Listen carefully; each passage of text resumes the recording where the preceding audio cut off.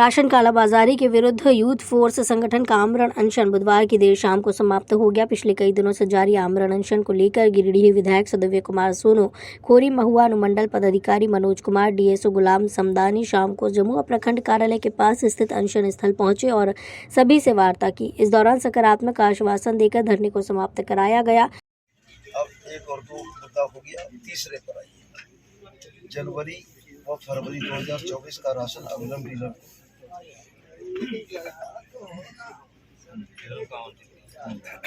जुड़ा हुआ है। आरओ आपको फरवरी के अंतिम सप्ताह मिल जाता है। तो फिर आरओ मिल जाने के बाद अनाज को जमुआ भेजने में 17 तारीख क्यों हो जाती है? 17 तारीख नहीं होना चाहिए। अनाज तो हम लोग पहले भिजवा देते हैं। जैसे ही बता रहे हैं कि 15 तारीख तक ठेपा लगाना है। के तौर पर अगर 10 ही तारीख तक आपका समय है, 10 तारीख तक ठेपा नहीं लगाएगा तो शॉर्ट ये हो जाएगा, मतलब लैप्स हो जाएगा। तो वो देर क्यों जाता है? मतलब 10 तारीख के बाद इनको फिर मार्च वाला पूछे जो अभी राशन भेज रहे क्या पंचायत। मौके पर गिरिडीह विधायक सदव्य कुमार सोनू ने कहा कि राशन की कालाबाजारी हुई है, जनता के 2 महीने के अनाज का घोटाला हुआ है।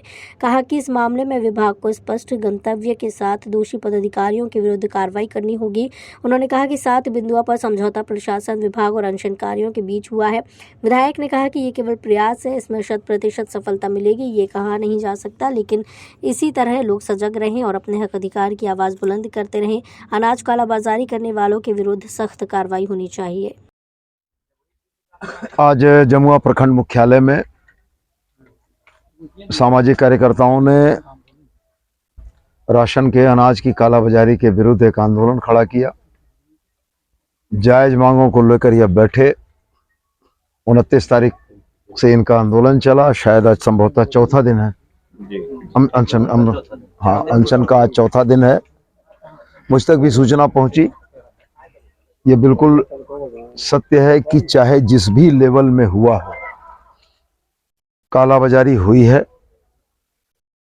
और जनता के 2 माह के अनाज का घोटाला हुआ है।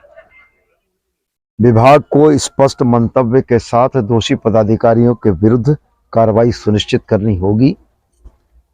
अलावे जिन विसंगतियों का जिक्र आया था, 7 बिंदु का एक समझौता प्रशासन विभाग और यहाँ के सामाजिक कार्यकर्ताओं के बीच में हुआ है। हम आपके माध्यम से फिर ये कह के जाना चाहते हैं कि ये प्रयास है और इस प्रयास में 100% सफलता मिलेगी, इसकी भी गारंटी नहीं है।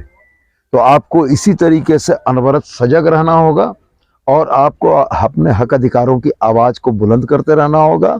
और हम ये मानते हैं कि पीडीएस का जो अनाज है, एनएफएसए का अनाज हो, चाहे ग्रीन कार्ड का अनाज हो, वो जनता का अनाज है और उसकी कालाबाजारी अगर कोई कर रहा है तो वैसे लोगों के विरुद्ध कठोर कार्रवाई होनी चाहिए। और इस कठोर कार्रवाई के लिए सबसे महत्वपूर्ण है कि जब तक जनता जागरूक और गोलबंद नहीं होगी तब तक इन चीज़ों पर कठोर कार्रवाई नहीं होगी। इसलिए हमने अभी धरना स्थल में बैठे हुए कहा कि आज प्रयास एक हुआ है, लेकिन इस प्रयास का 100% फलाफल निकलेगा कि नहीं निकलेगा ये कहना मुश्किल है। लेकिन अगर आप अनवरत लगे रहिएगा तो वो दिन दूर नहीं है कि जब ऐसे कालाबाजारी करने वालों को जनता ही खदेड़ देगी और निश्चित रूप में उसमें हम लोग आपके सहयोगी बनेंगे।